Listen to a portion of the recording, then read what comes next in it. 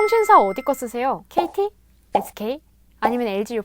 이번 영상에서 살펴볼 기업은 대한민국의 대표 통신 기업이지만 글로벌 디지털 플랫폼 기업으로 거듭나기 위해서 매각과 등용, 강화라는 3박자를 적극적으로 진행하고 있는 기업입니다. 누구나 알기 쉬운 기업 분석 리포트, 이번에는 탈통신을 외치고 있는 곳 KT에 대해 알아보겠습니다. 우선 KT는 1981년부터 정보통신 분야에서 사업을 이어오고 있는 기업입니다. 그런 만큼 지니뮤직을 비롯한 다양한 계열사들과 함께 ICT, 금융, 위성방송 서비스 등의 여러 사업을 진행하고 있는데요. 그 중에서도 통신산업에 속한 ICT 부문은 연매출 60% 이상을 달성하고 있는 분야입니다. ICT가 정확하게 어떤 것인지를 모르는 분들을 위해서 잠깐 설명하자면 ICT는 정보통신 기술을 이용해서 정보를 주고받거나 개발, 저장, 처리, 관리를 하기 위해서 필요한 기술을 말합니다. 물론 IT 범위 안에 ICT가 포함되는 만큼 두 개념이 헷갈릴 수 있습니다. 하지만 IT는 정보 자체에 초점을 두는 반면 ICT는 정보 간의 통신을 통해서 새로운 가치를 발견하는 것에 초점을 두고 있는데요. 소셜 네트워크나 모바일 콘텐츠, 원격 수업 같은 것들을 떠올리시면 됩니다. 예시들을 통해서 ICT는 요즘 같은 비대면 문화에서 더 성장하는 산업이구나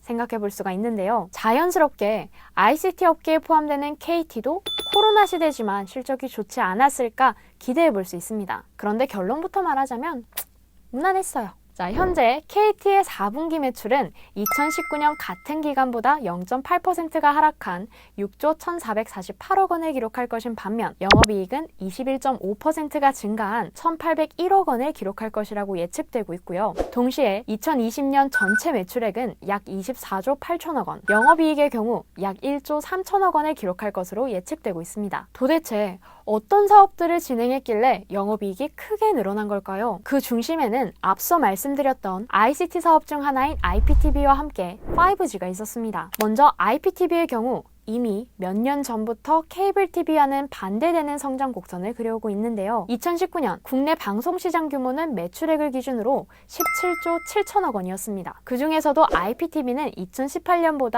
12.2%가 상승한 2조 8,566억 원을 기록하면서 같은 해 3조 5천억 원을 기록했던 지상파의 매출을 처음으로 앞질렀죠. 자연스럽게 IPTV 분야에서 통신 3사 중 1위를 기록하고 있던 KT 역시 지난해 3분기를 기준으로 유료 방송 부문 매출에서 2018년보다 12%가 증가한 4,593억 원을 기록했고요. 이와 동시에 영업이익 상승에 영향을 미쳤던 또 다른 사업이죠. 5G의 경우 아이폰 12 시리즈가 출시되면서 가입자가 크게 늘었습니다. 왜? 그 이유는 출시한 지 석 달 만에 국내에서만 무려 약 150만 대가량이 판매된 이번 시리즈가 애플에서 출시한 첫 5G 스마트폰이었기 때문입니다. 물론 현재 전국에는 5G망이 제대로 갖춰져 있지 않습니다. 하지만 그럼에도 불구하고 요금제 선택에 대한 제약 등의 여러 요인들로 인해서 5G에 가입할 필요가 있었고요. 결과적으로 KT는 5G 누적 가입자 수 약 370만 명, 4분기 순 가입자만 해도 약 80만 명을 기록했습니다. 뿐만 아니라 보급률에 있어서도 지난해 11월을 기준으로 무선 대비 19.2%, 휴대폰 가입자 대비 23.3%라는 수치를 기록하면서 통신 3사 중 가장 높은 수준을 달성했죠. 이처럼 코로나 시대에도 실적 개선을 이룬 KT. 그러나 한편에서는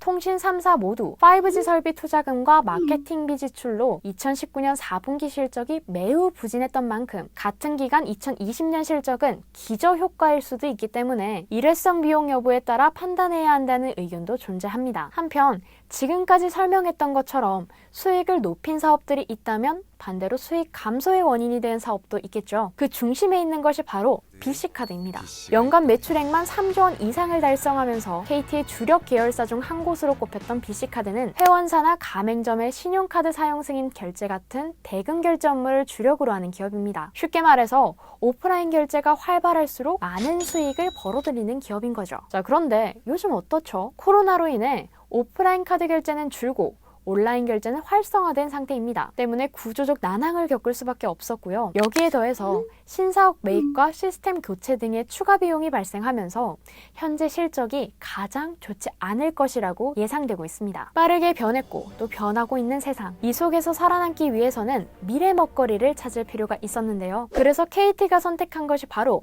탈통신 디지털 플랫폼 기업이었습니다. 그런 만큼 곧바로 통신과 관련된 기존의 것은 버리고 디지털 플랫폼과 관련된 새로운 것을 선보이기 시작하는데요. 기존 사업을 개편하기 위한 첫 단계로는 KT 파워텔 매각이 진행됐습니다. KT 파워텔은 산업용 무전기 같은 무선 통신 서비스가 주력인 기업으로 2010년까지만 해도 연 매출이 1270억 원에 달했어요. 하지만 통신 시장이 LTE와 5G 이동통신 시대로 바뀌면서 2019년에 들어서는 연 매출이 672억 원까지 급감했습니다. 그리고 이렇게 시작된 디지털 플랫폼으로의 전환은 현재 B2B 주력 기업인 KT 엔터프라이즈와 미디어 콘텐츠 전문 기업인 스튜디오 지니 같은 신규 사업들이 모습을 드러내면서 이끌어가고 있는데요. 이 중에서도 특히 주목해볼 사업이 스튜디오 지니입니다. 최근 설립이 발표된 스튜디오 지니는 투자와 기획, 제작, 유통을 모두 아우르는 콘텐츠 전문 기업인데요. 아무리 탈통신이어도 그렇지 왜 갑자기 콘텐츠 기업이야? 시장이 크니까 뛰어드는 건가? 자, 물론 콘텐츠 관련 시장의 규모는 날이 갈수록 해가 지날수록 커지고 있기 때문에 기업의 입장에서는 훌륭한 미래 먹거리라는 것 다들 알고 계실 겁니다. 하지만 단지 그 이유 때문에 KT에서 갑자기 그리고 부랴부랴 콘텐츠 기업 설립을 추진한 건 아니에요. KT의 사업 분야 중 미디어 분야는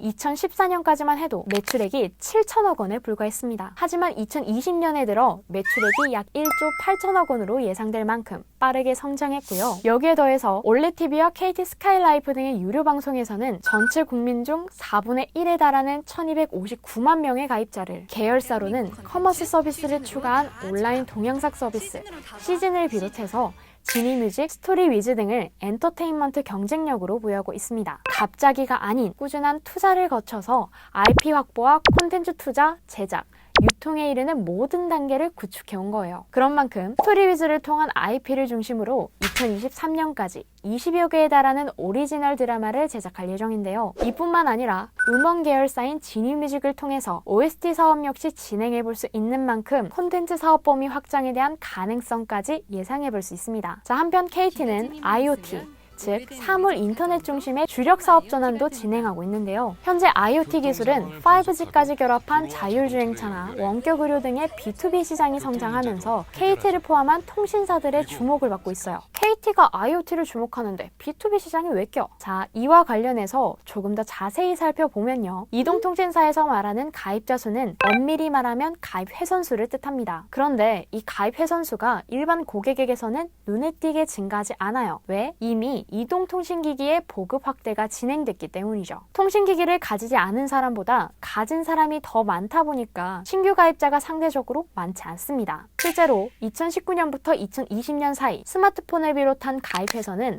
5,629만 466개에서 5,614만 2,585개로 감소한 반면 같은 기간 사업이나 산업용 가입회선은 1,053만 개에서 1,290만 개로 23% 가까이 증가했어요. 뿐만 아니라 사물 인터넷이 등장한 이후 지난해 11월 말을 기준으로 전체 IoT 회선 수는 1,350만 7,498개였는데요. 그 중에서도 기업 서비스에 활용되는 회선이 약 73%에 달했습니다. 당연히 기업이 통신사에게는 새로운 수익을 만들 수 있는 매력적인 고객이었을 거예요. 자, KT가 왜 IoT에 주목하는지, 그리고 IoT가 왜 B2B 시장에 관련된 건지 이해가 가시나요? 이뿐만 아니라 고객 확보와 함께 시장의 성장 가능성도 큰 만큼 KT는 IoT를 중심으로 차량 관제나 스마트시티, 헬스케어 등의 다양한 분야에서 사업과 서비스를 확장해 나갈 것을 예상해 볼 수 있습니다. 자, 지금까지 탈통신을 외치는 기업 KT의 흐름과 함께 디지털 플랫폼 기업 전환을 위해서 새로 등장한 사업과 산업에 대해 알아봤습니다. 그런 만큼 이번에는 취준생을 위한 취업 포인트, 현직자 평가와 함께 연봉에 대해 알아봐야겠죠. 캐치 사이트를 기준으로 리뷰 종합 점수는 80 10.8점. 장점으로는 복지와 함께 전국 지사와 근무지가 다양하며 워라밸이 좋다는 점을 꼽았던 반면 단점으로는 부서에 따른 업무 강도의 차이와 약간의 꼰대 분위기가 있다는 점이 있었습니다. 한편 성과급에 따라 차이가 있을 수 있지만요. KT 직원들의 평균 연봉은 약 7,600만 원 선이었고요. 그 중에서도 대졸자 평균 입사 연봉은 약 4,100만 원 선이었습니다. 현재 KT에는 경영 지원,